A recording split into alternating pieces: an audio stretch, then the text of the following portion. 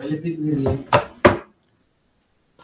जल्दी अभी अभी जल्दी पहले देखेंगे तब बैठेंगे। चलिए जी, फटाफट से सभी लोग क्लास में आइए। आज तो बहुत खतरनाक क्लासेस चली हैं आप लोगों की। लगातार क्लास आप लोग कर ही रहे हो, कर ही रहे हो, कर ही रहे हो।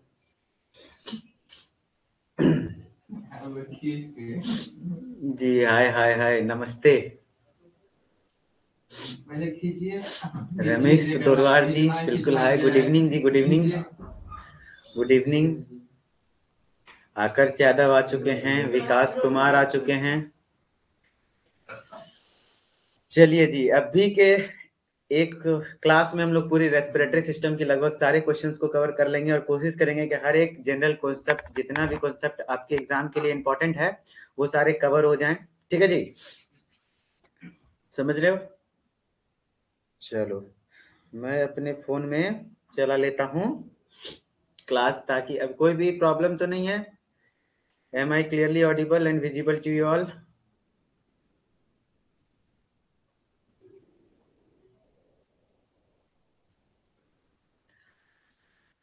खाना खा लिया सर आपने? जी, खाना पीना हो गया है। चलिए चलिए जी, हमारे साथ लगभग 52 स्टूडेंट्स, 53, 54, ओ माय गॉड, ये तो बढ़ते ही जा रहे हैं।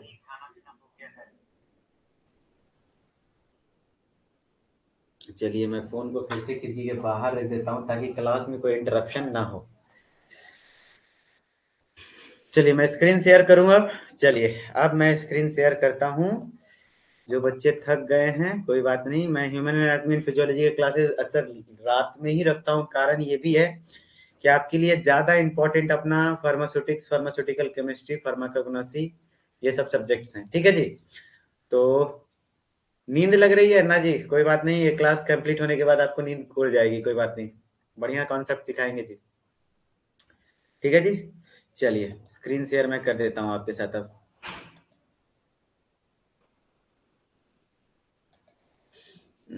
स्लाइड।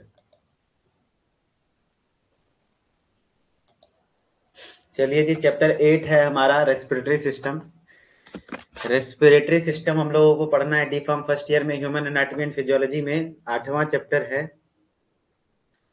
2 दिन में लगभग हम लोग 8 चैप्टर कवर कर लिए।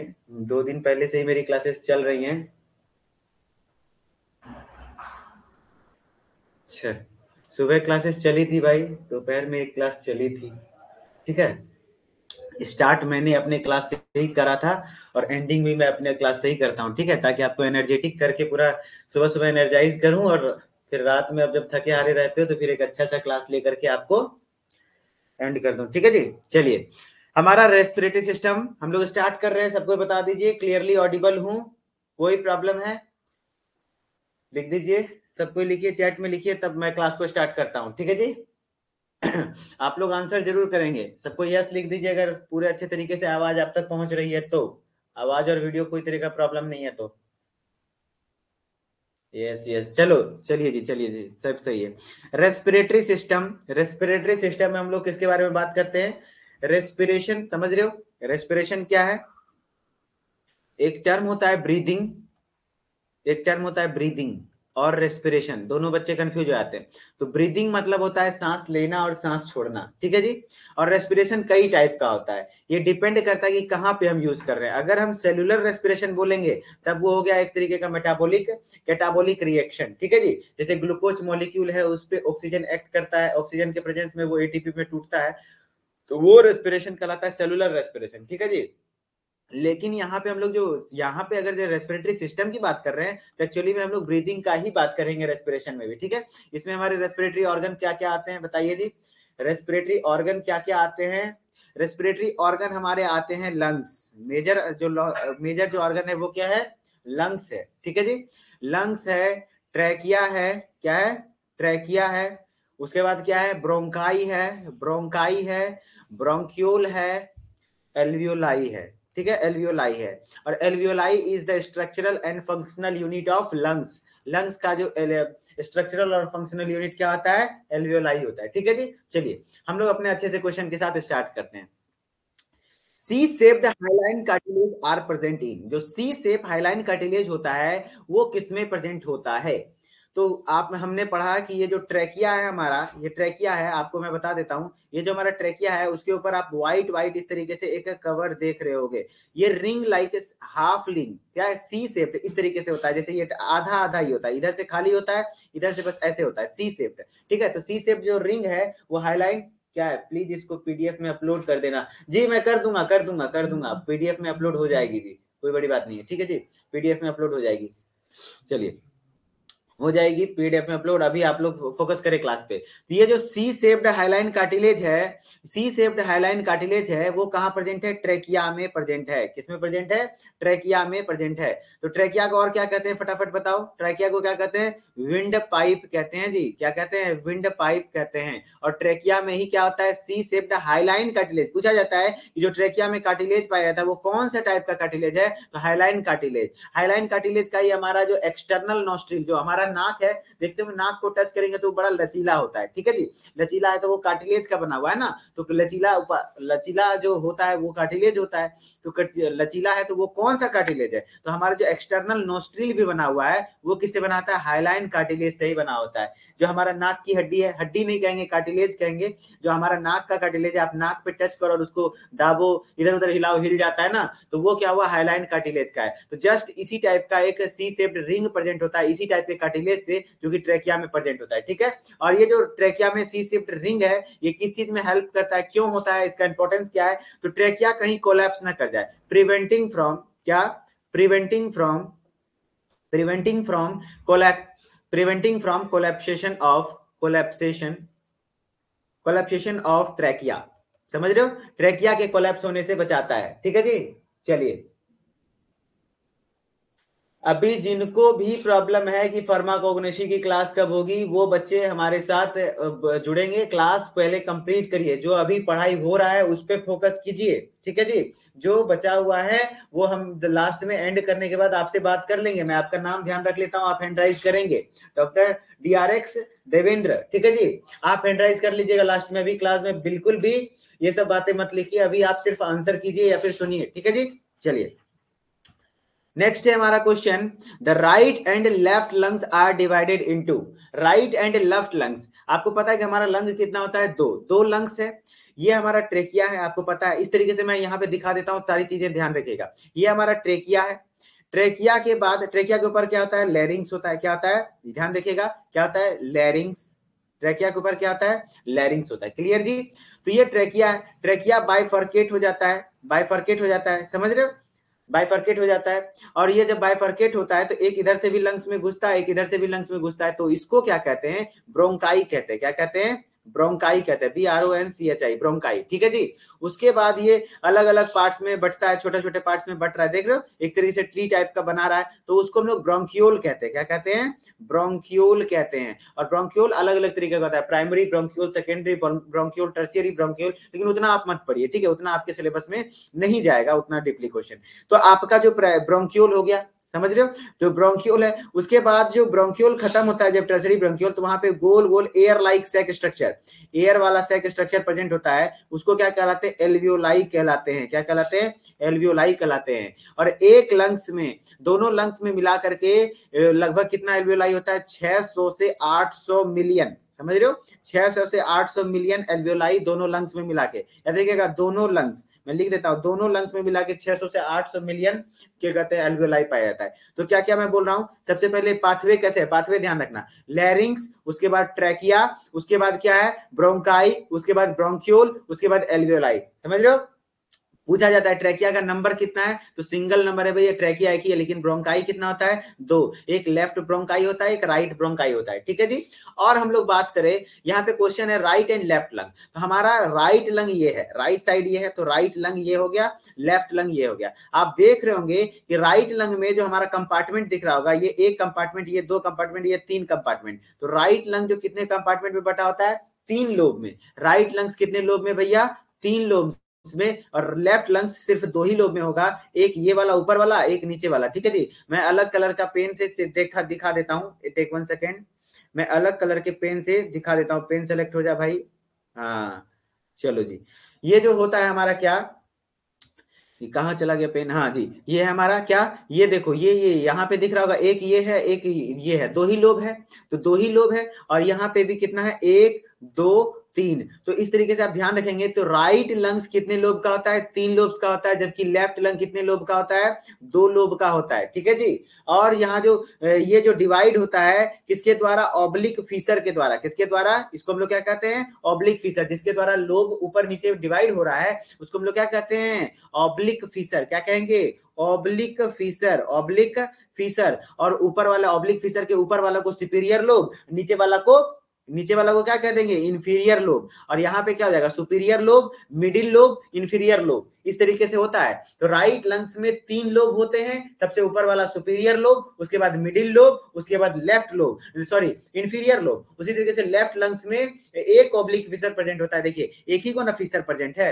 एक ही को ना लाइन प्रेजेंट है, ये जो फिशर है एक ही को प्रेजेंट है, तो एक ऑब्लिक फिशर होता है, जिस कारण से ये दो भाग में बंटता है। दो भाग में बंटता है तो ऊपर वाला को सुपीरियर कहते हैं, नीचे वाला को इंफीरियर कहते हैं। समझ में आ गया। और राइट लंग्स में कितने ऑब्लिक फिशर होते हैं, तो दो, एक यहाँ एक यहाँ, दो ऑब्लिक फिशर होते हैं, दो ऑब्लिक फिशर। समझ रहे हो, दो ऑब्लिक फिशर। तो मैंने लंग से रिलेटेड मैक्सिमम कॉन्सेप्ट आपको बता दिया, मैक्सिमम चीजें जिससे क्वेश्चंस आपको देखने को मिलेंगे आगे और एग्जाम में भी देखने को मिलेंगे। समझ रहे हो। तो इस तरीके से हमारा लंग्स खत्म हो गया। अब हम लोग बात करते हैं क्वेश्चन पे क्या है। क्वेश्चन क्या है जी, क्वेश्चन क्या है, कहाँ गया पेन पेन पेन पेन, हाँ यहाँ। तो right and left lungs are divided into, right lungs कितने डिवाइड, कितने लोब में है भैया, थ्री लोब। कितने लोब, थ्री लोब। और लेफ्ट लंग्स कितने में है, दो लोब। कैसे याद रखोगे, कंफ्यूजन होता है। तो राइट में कितना वर्ड है, एक दो तीन चार पांच, इसमें कितना है, लेफ्ट में एक दो तीन चार। तो कम किसमें है, लेफ्ट में। वर्ड जिसमें कम उसमें लोब कम। समझ रहे हो, तो जो छोटा है उसमें लोब कम। समझ रहे हो। और राइट वर्ड ही ज्यादा बड़ा है ना, तो उसमें लोब ज्यादा। समझ रहे हो, इस तरीके से ध्यान रखना, कंफ्यूज मत होना। तो three lobes and two lobes respectively. Answer क्या हो जाएगा, three lobes and two lobes respectively. और चीजें बताऊं, और चीजें बताता हूं, एक लाइन बहुत अच्छा से समझा देता हूं मैं। पेन का कलर थोड़ा सा जो आपको पता होगा कि बोला जाता है कि राइट लंग्स का साइज बड़ा होता है, राइट लंग्स का साइज बड़ा होता है comparison to left lungs. Left lungs के कंपैरिजन में राइट लंग्स का साइज बड़ा होता है। कारण क्या है, तो कारण है भैया कि यहाँ पे देखो एक कार्डियक नोच प्रेजेंट है। कार्डियक क्योंकि यहीं पे ना हमारा हार्ट इस तरीके से प्रेजेंट होता है, हमारा जो हार्ट प्रेजेंट होता है यहीं पे इस तरीके से प्रेजेंट होता है। मीडिया स्टीनल स्पेस है, ये मीडिया स्टीनम है, तो यहाँ पे कार्डियक नोच प्रेजेंट है जो कि गड्ढा है, और गड्ढा के कारण हमारा लेफ्ट लंग्स का थोड़ा सा हिस्सा क्या हो गया, धस गया है, धस गया है, जिस कारण से क्या ये छोटा हो जाता है। लेफ्ट लंग्स क्या हो जाता है, छोटा हो जाता है। तो आप कैसे याद रखेंगे, लेफ्ट वर्ड भी छोटा है राइट के कंपैरिजन में, इसीलिए ये छोटा भी होता है, इसमें लोब भी कम होते हैं। ठीक है। और राइट लंग्स नाम भी बड़ा है, राइट है, 5 अक्षर का है, तो इसमें लोब भी ज्यादा होगा, प्लस इसका साइज भी ज्यादा होगा, प्लस इसमें ऑब्लिक फिशर भी कितने होंगे, दो। इसमें ऑब्लिक फिशर कितने होंगे, एक, क्योंकि एक है तभी तो दो भाग में बटा, यहाँ दो है तभी तो तीन भाग में बट गया ना। समझ गए, क्लियर, पूरा कॉन्सेप्ट क्लियर हुआ। बताइए आप लोग यस या नो, बताइए, पहले बताइए उसके बाद मैं आगे बढ़ता हूं। समझ रहे हो, नहीं तो बोलो, मैं एक बार और रिवाइज करा देता हूं। लेकिन ये कॉन्सेप्ट जिसको ये समझ में आ गया, एक जनरल आइडिया मैंने लंग्स को लेकर दे दी, बस एक फिगर के माध्यम से मैंने लगभग चीजें बता दी आपको। जी yes yes yes yes, very good very good जी, आप लोग बहुत अच्छे स्टूडेंट्स हो, एक बार में चीजें समझ लेते हो, वेरी गुड। चलिए अब क्वेश्चन आप लोग बताना शुरू कीजिए। हमारा नेक्स्ट क्वेश्चन है क्या, number of pair of intercostal muscles on either side are. देखिए इंटरकोस्टल मसल किसको कहते हैं, तो इसको जो हमारा ये क्या है, रिब्स है, ये क्या है हमारा, रिब्स है। रिब्स कितना होता है जी, रिब्स कितना होता है जी, अगेन रिवाइज करा दीजिए। अच्छा जी रिवाइज करा देते हैं, चलो जी रिवाइज करा देते हैं, ध्यान से सुनना जी, रिवाइज करा देते हैं, मैं रिवाइज करवा देता हूं क्योंकि इंपॉर्टेंट कॉन्सेप्ट है। सबसे पहली बात, जो लंग्स है वो लंग्स का हमारा पाथवे याद रखना है। सबसे पहले क्या आता है जी, लैरिंग्स आता है। और आपको पता है कि ट्रैकिया के जो कवर है, ट्रैकिया का ओपनिंग को क्या कहते हैं, ओपनिंग ऑफ ट्रैकिया क्या कहलाता है, ग्लॉटिस कहलाता है। क्या कहलाता है जी, ग्लॉटिस। समझ रहे हो, ओपनिंग ऑफ ट्रैकिया क्या कहलाता है, ग्लॉटिस कहलाता है। ठीक है जी, ओपनिंग ऑफ ट्रैकिया क्या कहलाता है, ग्लोटिस कहलाता है। और ग्लोटिस के पास ही एक कार्टिलेजिनस फ्लैप लाइक स्ट्रक्चर होता है जिसका नाम क्या है, एपीग्लोटिस है। एपीग्लोटिस है, ये चीजें छूट गई थी, बता देता हूं, एपीग्लोटिस है। और एपीग्लोटिस का काम क्या होता है, जब हम लोग खाना निगल रहे होते हैं तो हमारा ट्रेकिया क्या करता है, वो एपीग्लोटिस ट्रेकिया को ढक देता है, ट्रेकिया को तो ट्रेकिया को क्या कर देता है, ढक देता है। तो एपिग्लोटिस ट्रेकिया को ढक देता है। तो ये चीज ध्यान रखिएगा कि ट्रेकिया के मुंह के ऊपर एक ग्लोटिस, ग्लोटिस क्या है, ओपनिंग ऑफ ट्रेकिया। तो ओपनिंग ऑफ ट्रेकिया के ऊपर एक cartilaginous flap like structure present होता है, जिसको हम लोग एपिग्लोटिस कहते हैं, जिसका काम है कि ट्रेकिया में फूड का एंट्री ना होने देना। ठीक है जी। जब हम लोग फूड स्वेल कर रहे होते हैं, निगल रहे होते हैं, तो वहां पे हमारा फूड को क्या करता है, फूड को एंट्री करने से प्रिवेंट करता है, बचाता है। कौन? एपिग्लोटिस। ठीक है। तो अब सीक्वेंस याद रखिए, मैं रिवाइज करा देता हूं, रिवाइज करा रहा हूं, 1 मिनट में पूरा कॉन्सेप्ट रिवाइज करूंगा, ध्यान से सुनिएगा। सबसे पहले आपको पाथवे याद होना चाहिए। सबसे पहले क्या आता है भैया, लैरिंग्स आता है। उसके बाद हमारा क्या आता है, ट्रेकिया आता है। ट्रेकिया के बाद क्या आता है, दोनों तरफ लेफ्ट ब्रोंकाई अलग जाएगा। फिर देखिए, लेफ्ट ब्रोंकाई अलग जाएगा और राइट ब्रोंकाई अलग जाएगा।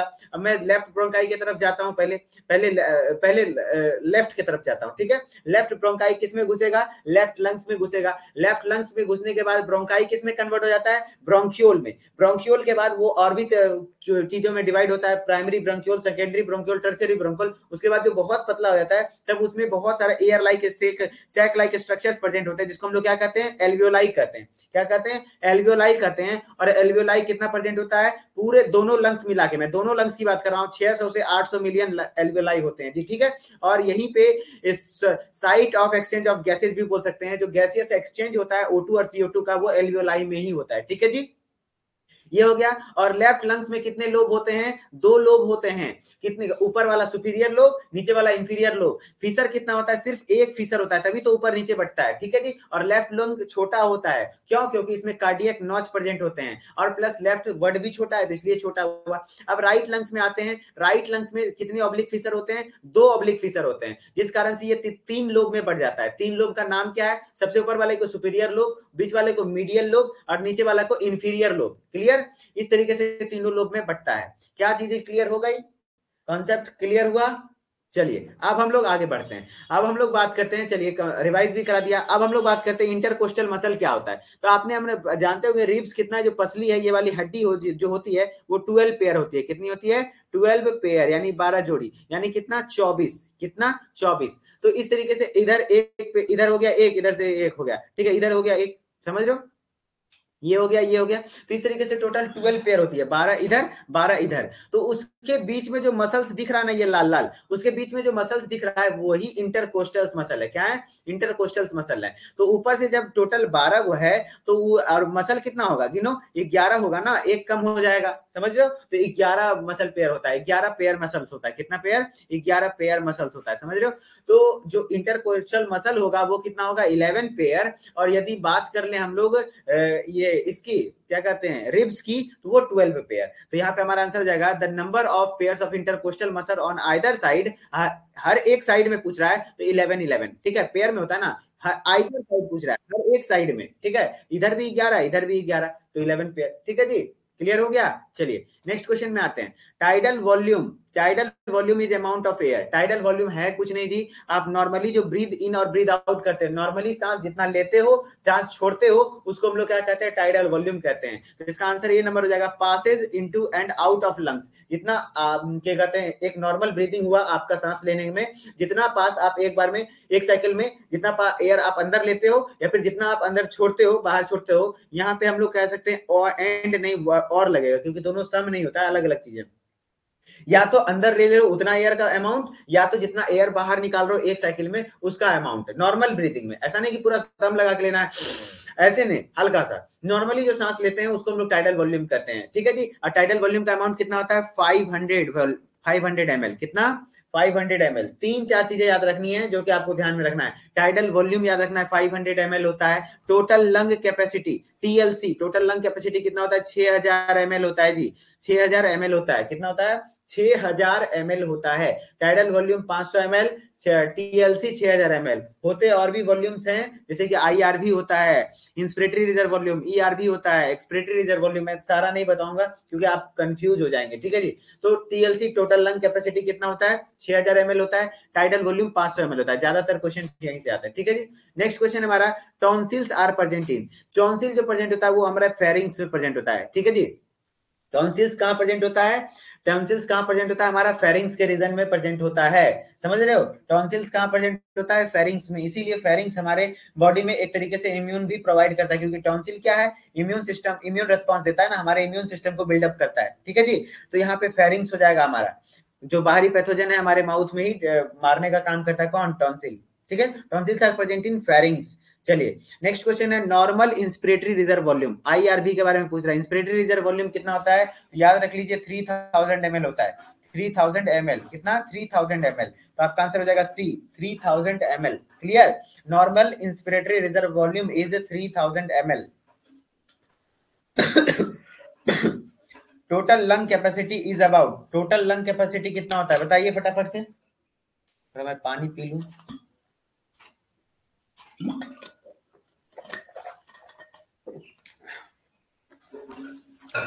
Total lung capacity is about 6000 ml, कितना?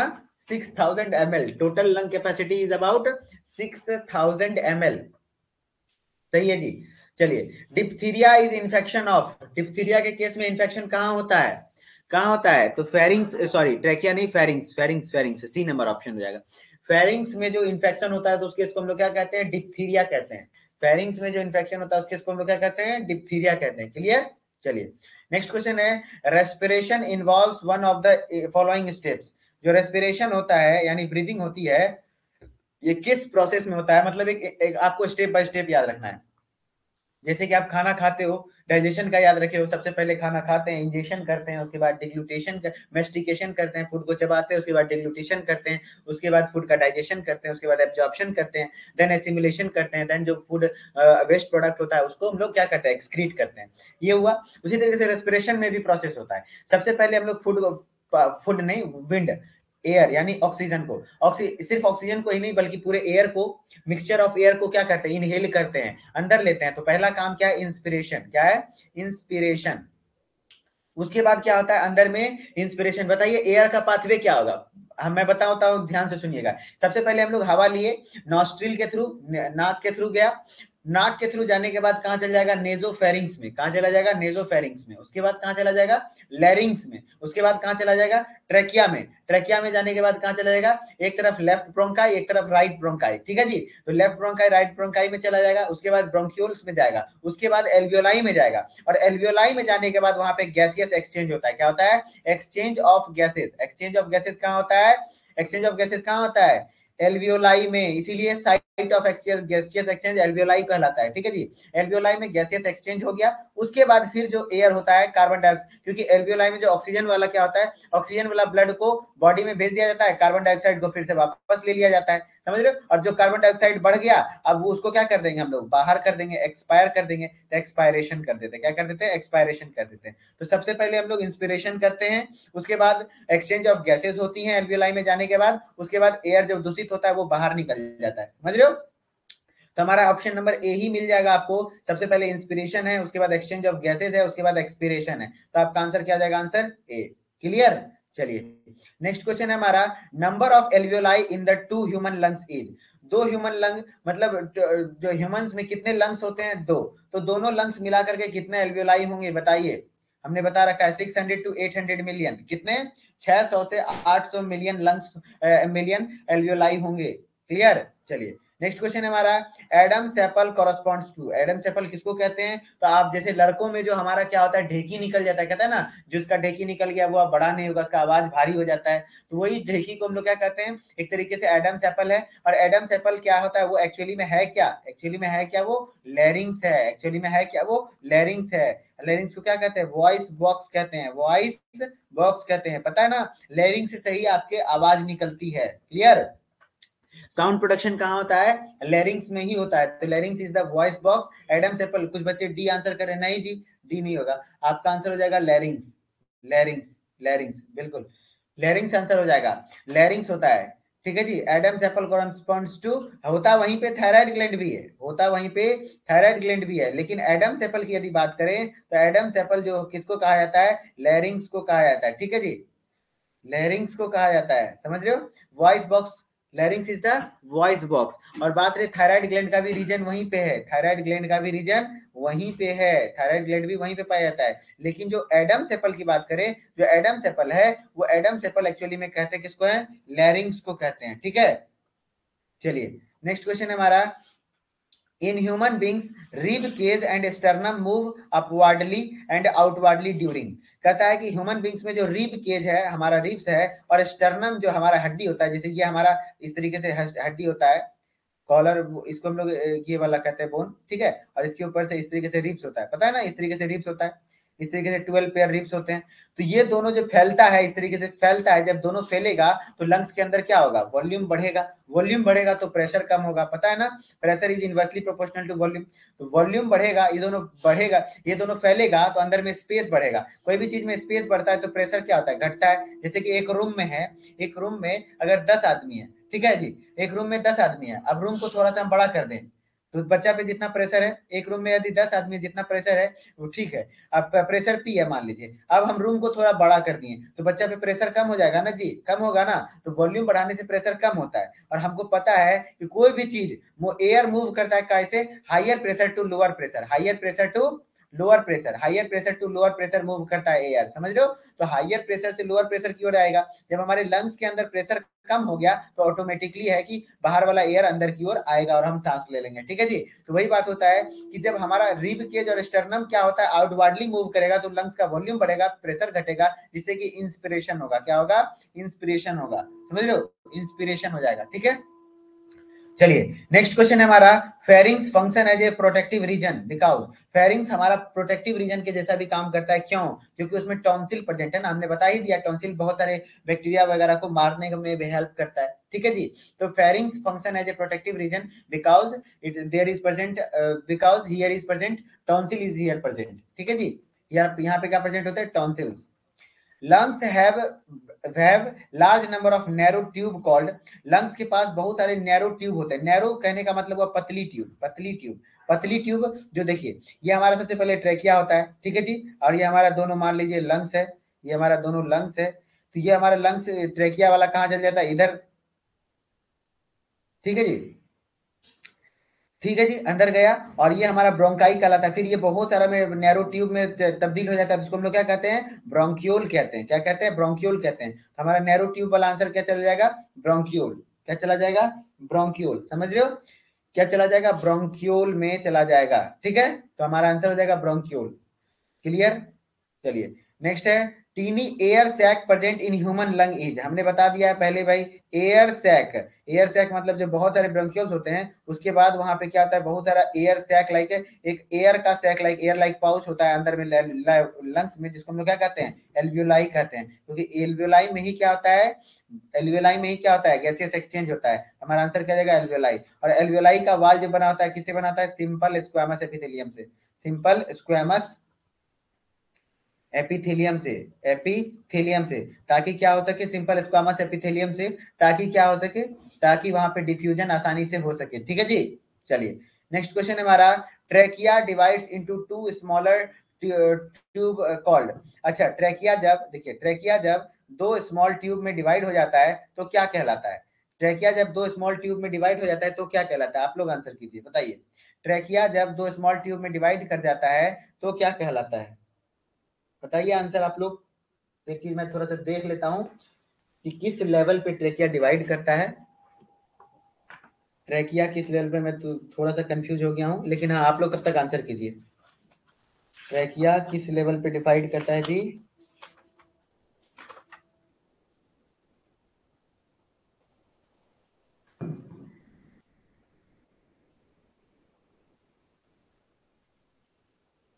बताइए आंसर कीजिए।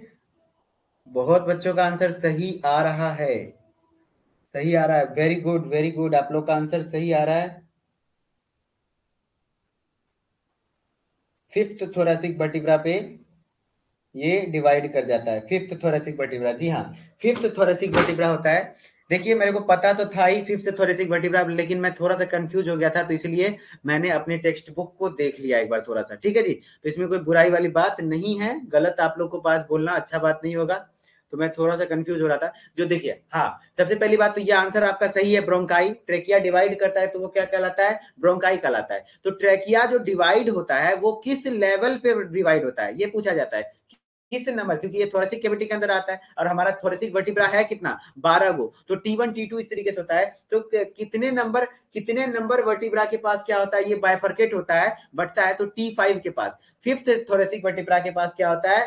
फिफ्थ थोरेसिक वर्टिब्रा के पास ये क्या हो जाता है? बाइफर्केट होता है। क्लियर? क्वेश्चन आते हैं ये, इसलिए मैं अभी आपके सामने देख कर बताया। मैं पता तो था T5, लेकिन कंफ्यूज हो गया था T5 या T7 में। तो T5 के पास, ठीक है जी, क्लियर?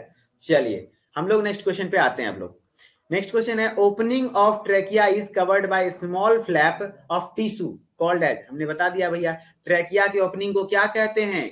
ग्लॉटिस कहते हैं। और उसपे एक फ्लैप लाइक स्ट्रक्चर, फ्लैप मतलब जो बंद हो सके, खुल सके, ठीक है, जैसे कि कबोर्ड होता है ना, जैसे इंग्लिश टॉयलेट होता है, इंग्लिश जी बिल्कुल T5 होता है। जो इंग्लिश टॉयलेट होता है ना जी, इंग्लिश टॉयलेट में देखियो एक ढकने वाला होता है, वो फ्लैप लाइक, जैसे कि ये ढक के फिर ऊपर खुल जाए, तो इस तरीके का स्ट्रक्चर को फ्लैप लाइक स्ट्रक्चर कहते हैं। तो फ्लैप लाइक टिश्यू जो होता है उसको क्या कहते हैं? बताओ बताओ बताओ, आप ही लोग आंसर को। बिल्कुल सी सी सही आंसर है, एपिग्लॉटिस। सही है जी, आप लोग को लगता है पूरा कॉन्सेप्ट क्लियर हो गया है। Epiglottis, opening of trachea is covered by small flap of tissue called as epiglottis. जी नहीं, ग्लॉटिस तो ओपनिंग ऑफ ट्रेकिया को कहते हैं, तो ग्लॉटिस तो नहीं होगा, एपिग्लॉटिस होगा। चलिए नेक्स्ट क्वेश्चन हमारा, nasal cavity is large irregularly shaped cavity divided into two equal halves by. देखिए जो नेजल कैविटी होता है हमारा, वो क्या कहते हैं, आपको दिख रहा होगा, नेजल कैविटी जो होता है हमारा नाक का, वो दो भाग में बंटता है। वो किसके द्वारा? तो सेप्टम के द्वारा। सेप्टम का काम ही क्या है? नेजल सेप्टम, सेप्टम का काम ही है दो भाग में बांटना, ठीक है जी। सेप्टम का काम ही है क्या? दो भाग में बांटना। तो नेजल सेप्टम ही टू इक्वल्स भाग में बांटता है जी। क्लियर क्लियर, चलिए सभी का आंसर सही आ रहा है, very good. The external cartilaginous part of nose is made of हमारा नाक का जो एक्सटर्नल कार्टिलेजिनस पार्ट है वो किस कार्टिलेज का बना होता है? बताइए किस कार्टिलेज का बना होता है? अब आप लोग आंसर करिए, किस कार्टिलेज का बना होता है? External cartilaginous part of nose, हमारे नाक का जो ऊपर वाला लचीला वाला भाग है वो कार्टिलेज का बना होता है। तो किस कार्टिलेज का बना होता है? बिल्कुल सही बात है, सही आंसर आ रहा है आप लोगों का, हाइलाइन कार्टिलेज। हाइलाइन कार्टिलेज जी बिल्कुल सही है, सही है, hyaline cartilage lies immediately posterior to the oral cavity. बताइए फेरिंग्स का कौन सा पार्ट? यहाँ पे सारे ऑप्शन में देखिए फेरिंग्स फेरिंग्स लगा हुआ है, मतलब फेरिंग्स के बारे में क्वेश्चन पूछना चाह रहा है। ओरल कैविटी के पोस्टीरियर में कौन सा फेरिंग्स होगा? ओरल कैविटी के पोस्टीरियर में कौन सा फेरिंग्स होगा? जो रेगुलर मेरा एचएपी का क्लास अटेंड कर रहे होंगे उनका पक्का पता होगा जी। बिल्कुल सही आंसर आ रहा ए, ओरोफेरिंग्स। मैंने बता रखा है डाइजेस्टिव सिस्टम में कि फेरिंग्स तीन पार्ट्स में बढ़ता है। क्या क्या? ओरोफेरिंग्स, नेजोफेरिंग्स, लेरिंजोफेरिंग्स, समझ रहे हो? तो ओरल कैविटी के पीछे जो होगा ओरोफेरिंग्स, फिर नेजल कैविटी के जो पीछे होगा नेजोफेरिंग्स, इससे पोस्टीरियर में ही होता है, ठीक है जी। तो ओरोफेरिंग्स हो जाएगा, ठीक है। चलिए अब हम लोग पढ़ते हैं, larynx is present in the anterior neck at cervical vertebral level. आपको पता होना चाहिए हमारा जो सर्वाइकल वर्टिब्रल लेवल होता है 7 गो होता है जी। सर्वाइकल वर्टिब्रा 7 होता है, उसके बाद थोरेसिक वर्टिब्रा 12 होता है, उसके बाद लंबर 5 गो होता है, सैक्रम 1 और कॉकिक्स भी कितना? 1। इस तरीके से हमारा वर्टिब्रल कॉलम है, ठीक है जी। तो ये 5 से फ्यूज होकर मिलकर बना होता है, ये 4 से फ्यूज होकर मिलकर बना होता है, ठीक है जी। तो आपका मैं बात कर रहा हूं जो नेक रीजन है हमारा सर्वाइकल रीजन में, वो लैरिंग्स कितने नंबर सर्वाइकल वर्टिब्रा से लेकर के कितने नंबर तक होता है?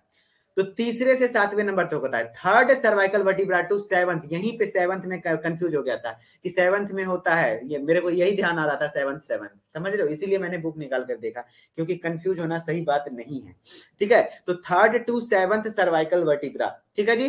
3rd to 7th cervical vertebra, 3rd to 7th जैसे कि C1 C2 C3 C4 C5 C6 C7, तो लैरिंग्स जो होता है वो C3 से C7 तक होता है, ठीक है जी। C3 से C7, उसके बाद थोरेसिक स्टार्ट हो जाता है T1 T2, उसके बाद यहाँ तक ट्रेकिया आता है। 5वें नंबर थोरेसिक वर्टिब्रा के पास ट्रेकिया दो भाग में बढ़ जाता है। क्लियर? चलिए क्लियर हो गया। नेक्स्ट क्वेश्चन है, dash is also known as windpipe. आप ही लोग आंसर करिए, dash is also known as,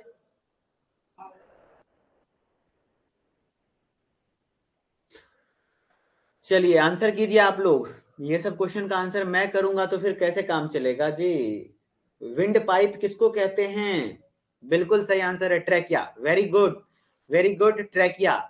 trachea जी बिल्कुल सही है। बताइए जी, लैरिंग्स को क्या कहते हैं? वॉइस बॉक्स कहते हैं, वॉइस बॉक्स। फेरिंग्स को क्या कहते हैं? Common passage, common passage for food and air, food and air, खाना और हवा दोनों के लिए कॉमन पैसेज कहलाता है फेरिंग्स। समझ रहे हो? चलिए नेक्स्ट है, trachea is composed of 16 to 20 C shaped, misprint हुआ है, सी शेप्ड, सॉरी यहाँ पे 16 टू 20 कार्टिलेजिनस। आप ऐसा समझ लो, क्वेश्चन ये लिखना चाह रहा होगा कि ट्रैकिया जो कंपोज्ड होता है वो हमने बताया था फर्स्ट क्वेश्चन में, जो हमारा फर्स्ट क्वेश्चन देखो, फर्स्ट क्वेश्चन। चलो जी फर्स्ट क्वेश्चन पे आ गए। हमारा जो ट्रैकिया होता है ना, ट्रैकिया पे लगभग ये जो सी शेप्ड रिंग है, सी शेप्ड हाइलाइन कार्टिलेज होता है, वो कितना होता है, क्या गो होता है, गिन लीजिए, 16 से 20 गो होता है। क्या गो होता है? 16 से 20 गो होता है। तो वही पूछ रहा है कि 16 से 20 गो जो कार्टिलेज होता है वो किस शेप का होता है, किस शेप का होता है। देख रहे क्वेश्चन कैसे घूम रहा है?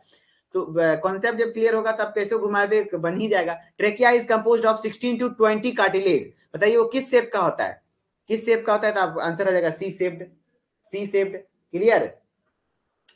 सी शेप्ड कार्टिलेज हो जाएगा। नेक्स्ट है हमारा, the trachea ring are composed of cartilage. Tracheal में जो रिंग है, सी शेप्ड रिंग है, वो किस कार्टिलेज का बना होता है? किस कार्टिलेज का बना होता है जी? किस कार्टिलेज का बना होता है? तो हाइलाइन कार्टिलेज का बना होता है। किस कार्टिलेज का बना होता है जी? हाइलाइन कार्टिलेज का बना होता है। हाइलाइन कार्टिलेज का ही हमारा एक्सटर्नल नोस्ट्रिल भी बना होता है। क्लियर? चलिए हमारा नेक्स्ट क्वेश्चन है, the medial surface of the left lung has. Medial surface हमने बता दिया है, मीडिया स्टीनम इस स्पेस को कहते हैं, इस स्पेस को कहते हैं जहां हार्ट प्रेजेंट होता है। मीडिया स्टीनम में मीडियल सरफेस हमारा लेफ्ट लंग्स का ये होता है। वहां पे क्या प्रेजेंट होता है? क्या प्रेजेंट होता है? कार्डियक नॉच, कार्डियक नॉच, क्योंकि उसी कार्डियक नॉच में क्या है? हमारा लेफ्ट लंग, सॉरी हमारा दिल। पता है आपको? बताइए, ऐसा किसी को पता है? थोड़ा सा नॉलेज के लिए मैं बता देता हूं।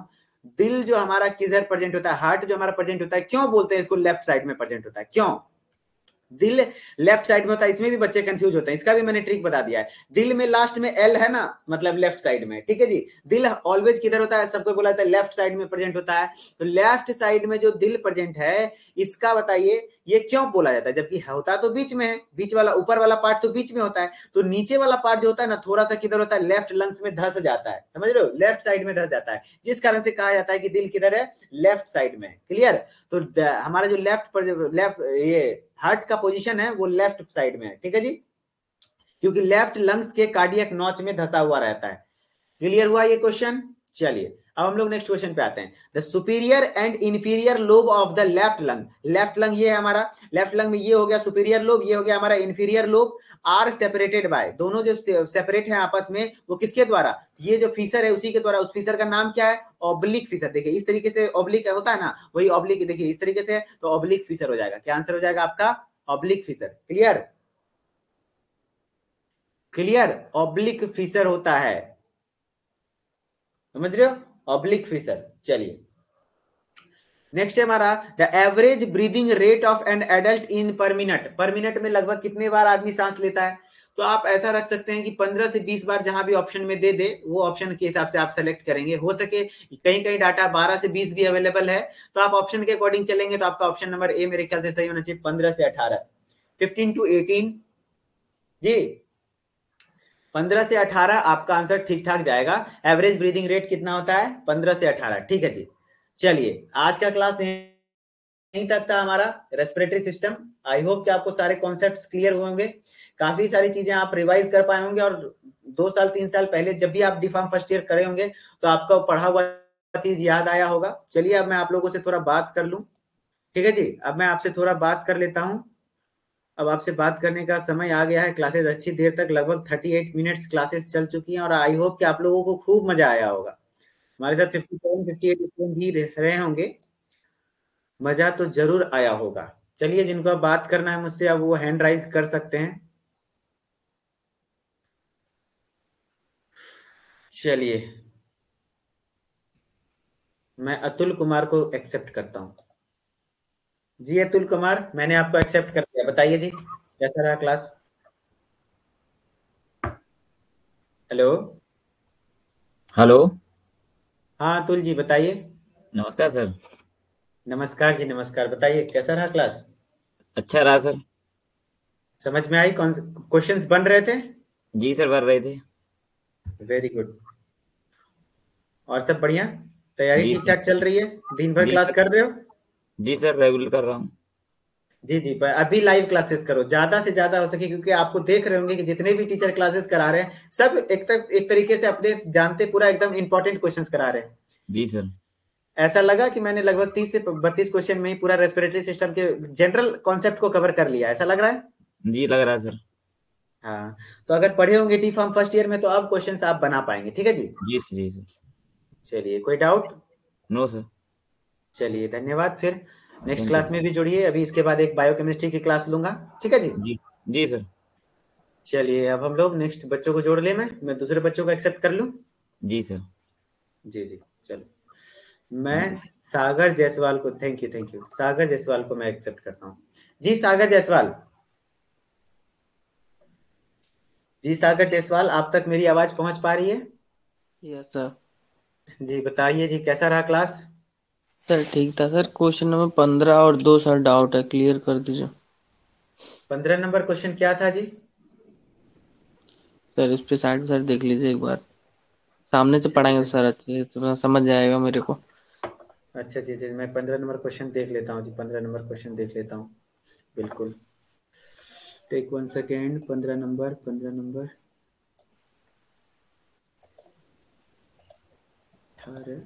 15। अच्छा जी, ये कॉन्सेप्ट है इंस्पिरेशन और एक्सपिरेशन का। जी जी जी, मैं समझा देता हूँ। देखिए जी, 15 नंबर क्वेश्चन में ना एक देखिए, इंस्पिरेशन और एक्सपिरेशन जब आप पढ़े होंगे तो एक मैकेनिज्म होता है, ठीक है जी। जो यस सर। इंस्पिरेशन होता है वो कब होता है? आप ऐसा सोचो कि इंस्पिरेशन मतलब इनहेल होना, एयर अंदर जाना। Yes air sir. अंदर जाएगा, कब जाएगा अंदर एयर? जब बाहर का प्रेशर और अंदर के प्रेशर में डिफरेंस क्रिएट होगा। कोई भी चीज, आदमी जैसे आप ही मान लो, आप किधर जाना चाहोगे, ज्यादा प्रेशर से कम प्रेशर की ओर, यस समझ सर। रहे हो? उसी तरीके से एयर का भी नेचर होता है कि वो जहां पे बाहर जो ज्यादा प्रेशर है उससे मतलब ज्यादा प्रेशर से कम प्रेशर की ओर जाना चाहता है, ठीक है। ये बात ध्यान में आई। याद रख लो कि एयर जब भी पास मूव करेगा वो किधर से करेगा, higher pressure to lower pressure. Clear? Pressure. Yes sir. अब ये बात याद रहेगी, तब अब समझ में आएगा कि देखो वहां क्या बोल रहा है कि हमारा जो चेस्ट है, चेस्ट यानी रिब्स है ना, रिब्स एंड स्टर्नम, हमारी स्टर्नम वाली हड्डी, ये वाली हड्डी है ना, यहाँ पे देखो, हाथ दो, हाथ दो, यहाँ वाले हाथ दो, यहाँ जो हड्डी है हम लोग क्या कहते हैं, स्टर्नम कहते हैं, है ना। यस। और ये वाली जो पसली है 12 पेयर्स, वो क्या कहते हैं, रिब्स। तो वो क्या हो रहा है, आउटवर्ड हो रहा है। आउटवर्ड हो रहा है मतलब थोड़ा सा बाहर हो रहा है। बाहर हो रहा है मतलब क्या हो रहा है, अंदर में स्पेस ज्यादा हो रहा है, समझ रहे हो? फैल रहा है। हम्म। फैलेगा तो अंदर का क्या होगा, प्रेशर कम हो जाएगा ना। कोई भी चीज को आप, यदि बैलून है, बैलून में आप कोई भी चीज है उसको फैला दो तो अंदर में जो प्रेशर होगा वो थोड़ा कम हो जाएगा, स्पेस ज्यादा हो जाएगा, वॉल्यूम ज्यादा हो जाएगा, समझ रहे हो? Yes sir. हाँ, तो अंदर में जब वॉल्यूम ज्यादा हो गया तो मतलब प्रेशर कम हो गया। स्पेस हम्म। ज्यादा होगा तो प्रेशर कम होगा। तो जब अंदर में प्रेशर कम हो गया मतलब बाहर में प्रेशर ज्यादा है। तो और ऑटोमेटिकली क्या होगा, एयर इन कर जाएगा, समझ रहे हो? आप सांस लोगे, यस सर। बस आसानी से एयर इन करेगा, क्योंकि higher pressure to lower pressure air का इन करना नेचर है, समझ रहे हो? यस वो सर। अच्छा कॉन्सेप्ट है। उसमें डायफ्राम का भी कॉन्सेप्ट होता है। डायफ्राम हमारा डोम शेप्ड होता है। डायफ्राम जब कॉन्ट्रैक्ट होता है तब अंदर का वॉल्यूम बढ़ता है। तो मैं उतना डीप में नहीं गया क्योंकि हमारे पास समय लिमिटेड है। वैसे यस सर। मैकेनिज्म की एक क्लास होती है, मैं मैकेनिज्म जब पढ़ाता हूँ इंस्पिरेशन और एक्सपिरेशन की, तो पूरा लगभग 40 to 45 मिनट्स की लेक्चर में कंप्लीट होती है जी। लेकिन अभी ओके। हमारे पास उतना वक्त नहीं है कि मैं पूरा कंप्लीट करूँ, लेकिन आई होप एक जनरल आइडिया समझ में आ गया होगा। Yes sir. जी, सर और और कोई दो डाउट? 2 नंबर क्वेश्चन था सर। 2 नंबर क्वेश्चन, जी बिल्कुल। 2 नंबर क्वेश्चन, अच्छा जी। सर आप दो आपने नंबर क्वेश्चन आपने समझाया सर, बट थोड़ा सा अजीब सा मुझे लग रहा है, मतलब समझ नहीं आ रहा, थोड़ा कंफ्यूजन हो रहा है मुझे इसमें। हाँ, यहाँ पे मैंने बहुत सारी चीजें समझा दी है एक ही स्लाइड में, है ना। Yes sir. अच्छा जी, बिल्कुल मैं बताता हूँ। देखिए, 2 नंबर क्वेश्चन में है कि हमारा जो सर लंग्स है, ये 2 नंबर का जो आप थ्योरी बता रहे हैं ना सर, इससे बहुत क्वेश्चन इसमें आपने बताया, इसी वजह से मैं कुछ क्वेश्चन है उसमें को समझा देंगे क्लियर हो जाएगा मेरा। कौन सा पॉइंट पे प्रॉब्लम है बताओ, वहां से मैंने बहुत सारे पॉइंट्स बताए हैं। यस सर, इसी से बहुत सारे क्वेश्चंस आए ना आपके उसमें, तो इस वजह से थोड़ा सा। इसको थोड़ा क्लियर कर दीजिए, बस इसी में डाउट है सर। मैं कहूंगा, वैसे तो मैं क्लियर कर देता हूँ, लेकिन मैं कहूंगा कि एक बार ये रिकॉर्डेड वीडियो भी अवेलेबल हो जाएगा आपको, एक बार थोड़ा सा स्टार्टिंग वाला पोर्शन देख लीजिएगा, ठीक है। लेकिन मैं बता ओके देता हूँ, सर। देखिए मैं एक बार थोड़ा सा रिकॉल कर देता हूँ आपको। देखिए जो लोब वाली बात है, लोब वाला कॉन्सेप्ट क्लियर है कि राइट में 3 होता है, लेफ्ट में 2 होता है। हाँ सर, यही नहीं बस क्लियर है, ये ये नहीं नहीं क्लियर क्लियर है। है। जी नहीं क्लियर है, मैं ट्रिक बता दूं याद रखने का, बस 3 दिन याद रखना है, यस। एग्जाम तक याद रखो, उसके बाद क्या काम, कोई काम नहीं जी। 3 दिन याद रखने के लिए मैं बता देता हूँ। हाँ, जी स्मार्ट स्टडी करो ना, मतलब समझ रहे हो। तीन यस दिन सर। के लिए याद रख लो बस। हाँ मैं देख रहा हूँ, मैं कैसे बताता हूँ। राइट में कितना वर्ड है, RIGHT 5 वर्ड है, लेफ्ट में कितना है, 4 वर्ड है। तो जिसमें ज्यादा वर्ड होगा उसका साइज भी ज्यादा होगा, उसमें लोब भी ज्यादा होगा, उसमें फीचर भी ज्यादा होगा। Clear, yes sir. ऐसे याद रखना है। और वर्ड कम है, LEFT 4 वर्ड है, मतलब उसमें ये ट्रिक ऐसा है, इसका कोई थ्योरी नहीं है जी, मैं याद करने का निमोनिक आप समझ सकते हो ना। यस तो सर। लेफ्ट में 4 ही वर्ड है, छोटा वर्ड है तो लंग्स भी छोटा होगा। क्यों छोटा होगा, क्योंकि उधर कार्डियक 9% होता है, प्लस लोब भी कम होगा। कितना लोब होगा, 2 ही लोब होगा, एक ऊपर सुपेरियर, एक नीचे इंफीरियर। और उसको जो डिवाइड करता है, उसको जो डिवाइड करता है वो क्या होता है, फीसर होता है। फीसर मतलब एक लाइन, दरार। वो दरार क्या है, एक ऑब्लिक आकार ऐसा होता है ना, ऑब्लिक आकार, समझ रहे हो, तो ऑब्लिक फिशर है, ठीक है। तो yes sir. Right side, right lung से नाम भी बड़ा, नाम वर्ड ज्यादा है तो उसमें सब साइज बड़ा है, प्लस उसमें लोब ज्यादा है। 3 लोब हैं, कौन कौन से, सुपीरियर ऊपर वाला, बीच वाला मीडियल, नीचे वाला इंफीरियर। जब 3 लोब है तो मतलब वहां पे 2 को फीचर होगा, 2 बार डिवाइड हुआ, एक बार ऐसे फिर एक बार ऐसे, समझ रहे हो, 2 बार यस डिवाइड सर। हुआ तो मतलब 2 फीचर प्रेजेंट है। तो इस तरीके से याद रख लोगे, अब याद रह जाएगा। Yes sir. यस, थैंक बस यू सर। आपसे रिक्वेस्ट है कि बस 3 दिन के लिए याद रख लीजिए, उसके बाद भूल जाइएगा, ठीक है। Yes sir. Yes, thank you sir. चलिए जी, धन्यवाद धन्यवाद। दूसरे को मैं ज्वाइन कर लेता हूँ। नीम मलिक, जी नीम मलिक बताइए। हेलो, गुड इवनिंग सर, क्या हाल है? Good evening, good evening. आप बहुत रेगुलर क्लास करते हैं, वेरी गुड। पूरा दिन भर क्लास कर रहे हैं ना। हाँ हाँ बिल्कुल सर। अरे सर, कल नाइट में ही मैं तो क्लास लेने के लिए रेडी था, लेकिन पता नहीं मेरा नेट नहीं चला, बड़ा ही दिक्कत हो गया नहीं शाम नहीं, को। आप बताए थे, नहीं आपको मैं नोटिस कर रहा हूँ, कुछ बच्चे नोटिस, मतलब कुछ स्टूडेंट्स नोटिस में आ गए, मतलब आपके मैं देख रहा हूँ कि रेगुलर बेसिस पे आप क्लास कर रहे हो। आपका मेहनत जरूर रंग लाएगा, बिल्कुल। अच्छा सर, मैं एक चीज पूछ रहा था। आपने लास्ट क्वेश्चन में बताया अभी कि हमारा लेफ्ट लोब जो है दो, सॉरी, लेफ्ट लंग से जो हमारे दो लोब में डिवाइडेड है, ठीक है, और उसमें एक फिशर है, हम्म उसे ओब्लिक कहते हैं, ठीक है सर। हम्म। हमारा राइट लंग्स जो है वो 3 लोब में उधर डिवाइडेड है हाँ, उधर एक हॉरिजॉन्टल होता है, एक ट्रांसवर्स होता है। ना, और उधर जो है दो फिशर हैं, तो सर हाँ हाँ, उधर जी ऑब्लिक नहीं होता है, मैं गलती से फ्लो फ्लो में बोल दिया। जी जी, तो मैं जी वही एक करेक्ट करेक्ट। एक होता है इस तरीके से जो है हॉरिजॉन्टल होता है, एक होता है ट्रांसवर्स। जी जी, तो उन्हें हम दोनों फिशर को क्या कहेंगे सर? एक हॉरिजॉन्टल, हाँ बोले तो एक हॉरिजॉन्टल फीचर होता है, एक ट्रांसवर्स फीचर होता है। हॉरिजॉन्टल जो होता है वो अपर वाला होगा, फिर अपर वाला, अपर वाला। ट्रांसवर्सल जो है वो नीचे वाला होगा। हाँ हाँ हाँ। ठीक है सर, मुझे थोड़ा डाउट वेरी लगा गुड, मैंने, वेरी गुड। सर अब नहीं नहीं, यहाँ बिल्कुल बिल्कुल पे होता है ना, फ्लो फ्लो में हम लोग कई सारे कॉन्सेप्ट को बोलते हैं, कहीं कहीं फ्लो में निकल जाता है, होता है ना। जी जी, जी, लेकिन ठीक है क्वेश्चन अक्सर ऑब्लिक फिशर पे बनते हैं, वो हॉरिजॉन्टल और ट्रांसवर्स पे बहुत कम क्वेश्चन बनते हैं, जो क्वेश्चन बनते हैं मेनली ऑब्लिक फिशर पे, ठीक है जी। तो ऑब्लिक फिशर ध्यान रखिएगा। ओके सर, ओब्लिक तो वो ठीक है, अब माइंड में आ गया तो मैंने आपसे पूछ लिया। ओके, थैंक यू नहीं सर। नहीं, very good, very very good. पूछे आपने, बहुत बढ़िया। गलती हुई इसके लिए माफ कीजिएगा।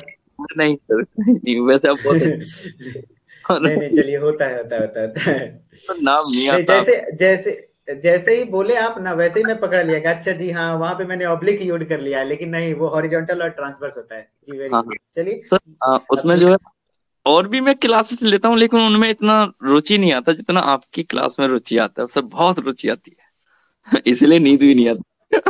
नहीं नहीं, ये बहुत सारे बच्चों का कॉम्प्लीमेंट है, ये मेरे लिए बहुत बड़ा बात है कि आप लोग को अच्छा लगता है।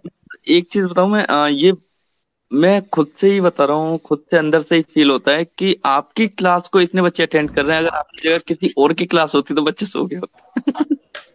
हाँ, और इसी कारण से मैं अपनी क्लासेस रात में रखवा लेता हूँ, ताकि आप लोग को शाम वाला स्लॉट में अगर मैं ले लूंगा तो आपका जो मेन सब्जेक्ट है वो चीज खराब नहीं होना चाहिए, समझ लो। बिल्कुल सर, बिल्कुल बिल्कुल। जी, इसीलिए मैं जितने भी हमारे एजुकेटर हैं, जितने भी सीनियर टीचर हैं, उनको मैं बोलता हूँ आप शाम में लो जब बच्चे पूरे एक्टिव होते हैं। हमें भाई दे दो शाम वाला, रात वाला स्लॉट। और तुक्का मारने वाला जो वीडियो है वो 27 तारीख के रात में 11 से 12 चलेगी। ठीक है, ओके सर, जब थैंक यू पूरा सर। क्लास कर। और मिसलेनियस क्वेश्चन, जी आप जैसे कुछ बच्चे मिसलेनियस क्वेश्चन के बारे में बात कर रहे थे ना।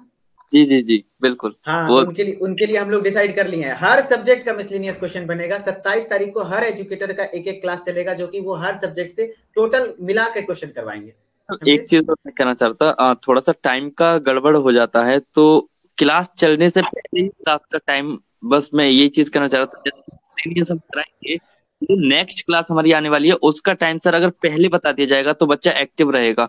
मुझसे सर कई सारे हाँ, आधी आधी ऐसे ही निकल जाते, पता ही नहीं लगता कब हो पा रही है। देखिए मेरी क्लास अगर बात करें तो मेरा मेरा क्लास का अपना शेड्यूल मुझे पता है कि मैं जब भी क्लास लूंगा तो दिन में 11 से बाद ही, आप 11 आप 12 1 के बीच में। ये मुझे और रात वाला क्लास 10 के बाद ही होता है।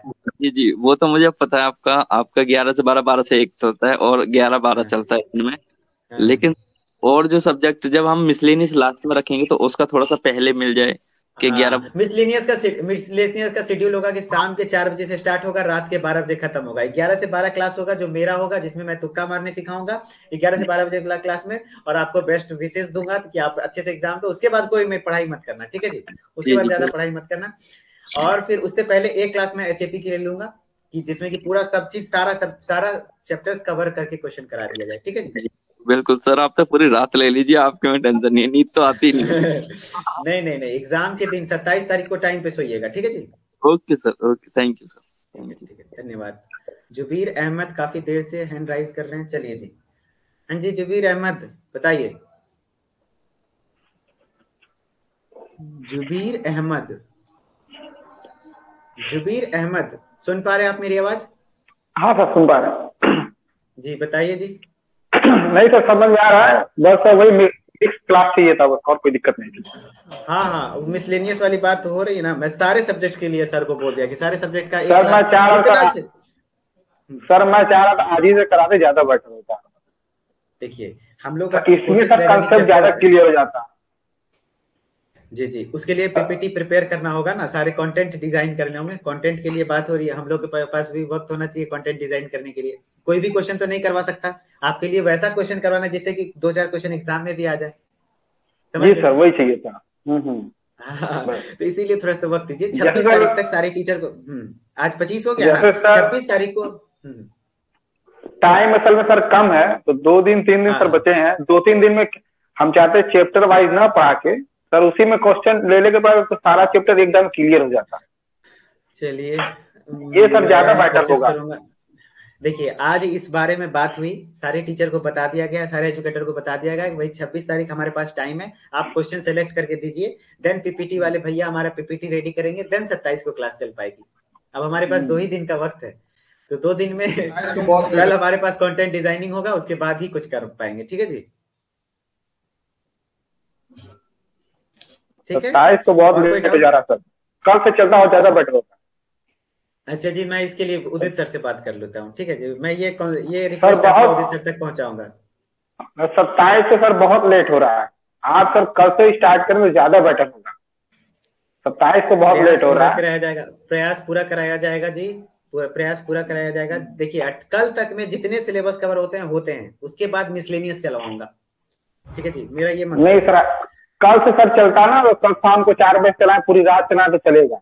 लेकिन सर कल भी चैप्टर वाइज चलेगा तो मजा नहीं आती है, अच्छा, इंटरेस्ट तो नहीं हो ऐसी बात है पाता। तो। अच्छा, अच्छा जी, तो मैं इसके लिए उदित सर से बात कर लेता हूँ, ठीक है जी। मैं आपका ये रिक्वेस्ट सर तक पहुंचाऊंगा, और किसी का हो ना हो, सर लेकिन मैं एक एचएपी का सर एक एक घंटे सर चलते हैं तो कोई कोई सर एक ही चैप्टर लेके पढ़ा देते हैं, 1 घंटे खत्म हो जाते हैं। सर 1 घंटे में जो अगर सर 2 3 5 7 8 चैप्टर हो तो ज्यादा बेटर होगा। जैसे कोई आज कैप्सूल पढ़ा दिया, आज टैबलेट पढ़ा दिए, कोई बेनिफिट नहीं, कैप्सूल और टैबलेट को मिक्स करके पढ़ा देते तो ज्यादा ज्यादा बेटर होता ना। अब 2 घंटा वैसे आप लोग ले लिए हैं, मतलब कैप्सूल में और टैबलेट में अलग अलग करके, मतलब जैसे स्टेलाइजेशन हो गया। कहीं आपको ऐसा तो तो नहीं ये लग सर रहा है हम लोग आपका टाइम वेस्ट कर रहे हैं? नहीं सर, वेस्ट नहीं कर रहे हैं सर। आप ऐसे खुद देखिए सर, कैप्सूल आपने अलग पढ़ा दिया, हाँ हाँ, टैबलेट अलग पढ़ा दिया, फिर स्टेलाइजेशन उसी में आपने उसको अलग पढ़ा दिया। तो सर इसी को मिलाकर सर एक क्वेश्चन एक बार में हो जाता है, कम समय लगता है लेकिन ज्यादा ज्यादा चैप्टर वाइज हो जाता है। मेरे देखिए कहने जो का जो मतलब ये है, और एजुकेटर कोई आप लोग वजह नहीं पढ़ाए है। हैं, हाँ हाँ, देखिए हम लोग अपनी तरफ से बेस्ट देने का कोशिश करते हैं और आप लोगों का राय सर मैंने आप उसे लोग हैंड बताएं। राइज बहुत बार किया, जब उन्होंने स्टेलाइजेशन पढ़ाया तब भी मैं हैंड राइज बहुत बार किया, फिर कैप्सूल पे भी किया, उससे क्या मिलेगी मेरी मतलब मेरी बात ही नहीं हो पाई, और शायद मेरी आप ही से बस अब तक बात हो पा जा रही है, किसी से और हो भी नहीं रही है। अच्छा अच्छा अच्छा, इतनी मुझको लग रहा है कम होने की वजह से मेरी बात हो रही है आपसे, मतलब ज्यादा स्टूडेंट तो भी नहीं बात होती मेरी, तो बस अच्छा यही अच्छा, कहना कोई था और बात कोई नहीं, बात नहीं। कोई बात नहीं, कोई बात नहीं, कोई बात नहीं। मैं क्या कहते हैं, मैं उदित सर तक पहुंचाऊंगा ये रिक्वेस्ट की हो सके तो मैं एचएपी का क्लास कल से का एचएपी और बायोकेमिस्ट्री का कल मिसलेनियस ही रखवा देता हूँ, 2-3 क्लास एचएपी का मिसलेनियस ले लूं। सर बेटर है, बहुत बढ़िया है, हम तो खुश रहेंगे इससे। आप अच्छा ले लीजिए, कोई सारे टेंशन अच्छा, नहीं है। अच्छा मैं एक पोल क्रिएट करवा देता हूँ, ठीक है, उदित सर से पोल बोलूंगा क्रिएट करने की, सारे अब जितना हुआ है हुआ है, अब क्या कहते हैं मिसलेनियस चलवा देता, अगर ज्यादा वोटिंग आ गया, क्योंकि हम लोग को सारे स्टूडेंट्स को लेके चलना है, सिर्फ आपको नहीं, अगर सर वोटिंग ज्यादा कोई आ गई कि हाँ भाई मिसलेनियस चलना चाहिए तो मैं मिसलेनियस करवा दूंगा। सर कोई ऐसा बच्चा नहीं होगा जो ये बात को ना कहे कि मिक्सचर ना चले, हर बात बच्चा समझ रहा है कि टाइमिंग कम है, कोई ऐसा अच्छा बच्चा मना ठीक है, नहीं करेगा, ये मेरी अच्छा गारंटी है। ठीक है जी, ठीक है जी, हम लोग ट्राई नहीं सर, करेंगे, ऐसे मैं दिन में देखा स्टेलाइजेशन एक अलग चला था, फिर उसके बाद आपका कैप्सूल अलग चला था, फिर टैबलेट अलग चला था, तो 3-3 4-4 एक ही ले रहे हैं, उसी सारे को मिला के पढ़ा तो ज्यादा क्वेश्चन होता है ना, समझ में भी अच्छा आता है, थोड़ा माइंड भी, इधर एक ही चैप्टर पे एक ही पे कॉन्सेप्ट हो जाता है ना, ये कहने का मतलब, और कोई बात नहीं सर। सर आप कल से अपना चालू करिए, अगला देखा जाएगा किसी का। कल से पूरा सब्जेक्ट का ही एक बार क्वेश्चन बनाइए, 50-60 तो ज्यादा बेटर है। ठीक सर, ओके, ठीक है थैंक यू। फिर। सागर जायसवाल भी काफी देर से हाथ खड़ा कर रहे हैं, जी बताइए, सर आपकी भी आवाज। सर मैं ये कह रहा था, थ्री थोड़ा सा डाउट था, क्लियर कर दिया जो मतलब आवाज क्लियर नहीं आ रही जी। हेलो हाँ हाँ अब क्लियर है, बोलिए। सर, मैं ये कह रहा था क्वेश्चन नंबर 3 थोड़ा डाउट था सर, क्लियर कर दीजिएगा। Question number 3, question number 3 intercostal muscle वाला। अच्छा जी, यस मैं बता देता हूँ, देखो रिब्स है, रिब्स कितना है, 12 पेयर, यस सर, ये क्लियर है। 12 पेयर, ठीक है। अब मैं कोई दो चीज ले लेता हूँ, एक पेन ले लेता हूँ और आपको दिख रहा होगा, हाइलाइटर ले लेता हूँ, तो हाइलाइटर ले लेता हूँ, उससे समझाता हूँ तो समझ में आएगा। ये रिब्स है, मान लो ये भी रिब्स है, ठीक है, ये दोनों यस रिब्स है, ठीक, दोनों रिब्स के बीच में प्रेजेंट होने वाला जो मसल है उसको क्या कहेंगे, इंटरकोस्टल मसल कहेंगे, इंटरकोस्टल मसल। तो यदि दो रिब्स है तो इसमें इंटरकोस्टल मसल कितने होंगे, एक, एक। क्योंकि इसके बीच में ना प्रेजेंट है, समझ रहे हो। Yes sir. उसी तरीके से जो बीच में प्रेजेंट होता है वो टोटल से एक कम होता है, टोटल से एक कम होता है। तो यदि समझ 12 गया। पेयर, यदि 12 पेयर रिब्स के रिब्स प्रेजेंट है तो उससे एक कम ही होगा, देख रहे हो ना, दो रिब्स है लेकिन एक ही है ना, बीच वाली बात है ना, ऊपर नीचे नहीं ना, बीच वाली बात है ना। Yes sir. हाँ तो 11 पेयर, क्लियर हो गया। Yes sir. चलिए धन्यवाद, और कोई का doubt. No sir, no, thank you. चलिए धन्यवाद जी, चलिए जी मैं क्लास को एंड करता हूँ यहीं पर, और इसके बाद मैं एक बायोकेमिस्ट्री की क्लास लूंगा, तो उसके लिए भी आप लोग रेडी रहिए, थोड़ी देर बाद 10-15 मिनट के बाद उसकी भी क्लास स्टार्ट होंगी। चलिए मैं अभी क्लास को यहीं पे एंड करता हूँ, ओके, थोड़ी देर के लिए बाय।